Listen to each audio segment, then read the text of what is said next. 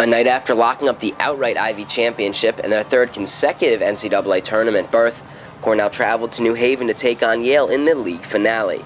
In attendance to watch the matchup was former Cornell assistant and first-year Army head coach Zach Spiker. Early on, Spiker seeing a lot of what he had gotten used to in Ithaca, Jeff Foote finding Lewis Dale on the backdoor cut for the easy bucket. Then a couple minutes later, the duo hit reverse as Dale finds Foote off the pick and roll for the open slam. The Big Red go up 9-5, just 3.5 minutes in. Later on in the first, Jeff Reeves knocks down the triple as part of an 11-2 Cornell run, and the Big Red are up 13. The Bulldogs would cut into the lead, though, with a Brian Katz deep ball, part of a 7-0 run of their own, and all of a sudden the lead's down to 6. Closing seconds of the first half now, and Dale weaves his way through traffic to get the ball to Wittman, who heaves the off-balance 3. He's off the mark, but John Jakes beats the buzzer on the follow, and the Big Red go into the break up 8. Early second now, and Yale's Alex Zampier gets hot from deep. The third leading scorer in the Ivy League knocks down the contested triple as the shot clock expires, and the Cornell lead is down to 7. Wittman answers with back-to-back threes of his own, though, and the Big Red advantage balloons out to 13, just 3 minutes into the second. The back and forth between the Ivy Stars continues 2 minutes later as Zampier uses a pretty spin move to get the hoop in the harm.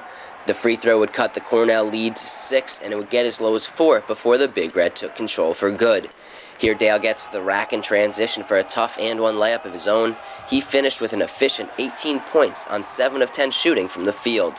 Around the 10-minute mark, Wittman connects again from beyond the arc off the Alex Tyler feed, and Cornell's up 16. Just for good measure, he hits one more from deep late. Wittman scored 17 of his 20 points in the second period, and as a team, Cornell shot 8 of 10 from three-point land after the break, en route to a 20-point victory. I think we're a very difficult team to defend aggressively, and I think that's the only way you can do it. I thought last night Brown said, all right, we'll keep you in front, and we made a lot of threes. And tonight I think Yale gets in you a little bit and gets physical, and I think it works for stretches. But for the most part, these guys handle that kind of stuff, and I thought eventually we would get it. And, you know, we had 19 assists and 9 turnovers, and I thought we did a good job consistently attacking the rim when we had the opportunity. And, you know, I think Lou had, for the weekend, 13 assists, no turnovers from your point guard play. So when that happens, obviously you're going to be pretty successful. The victory over Yale was number 27 on the year for Cornell.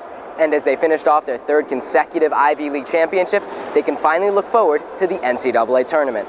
From John J. Lee Amphitheater in New Haven, Connecticut, I'm Sam Alenikoff, Slope TV.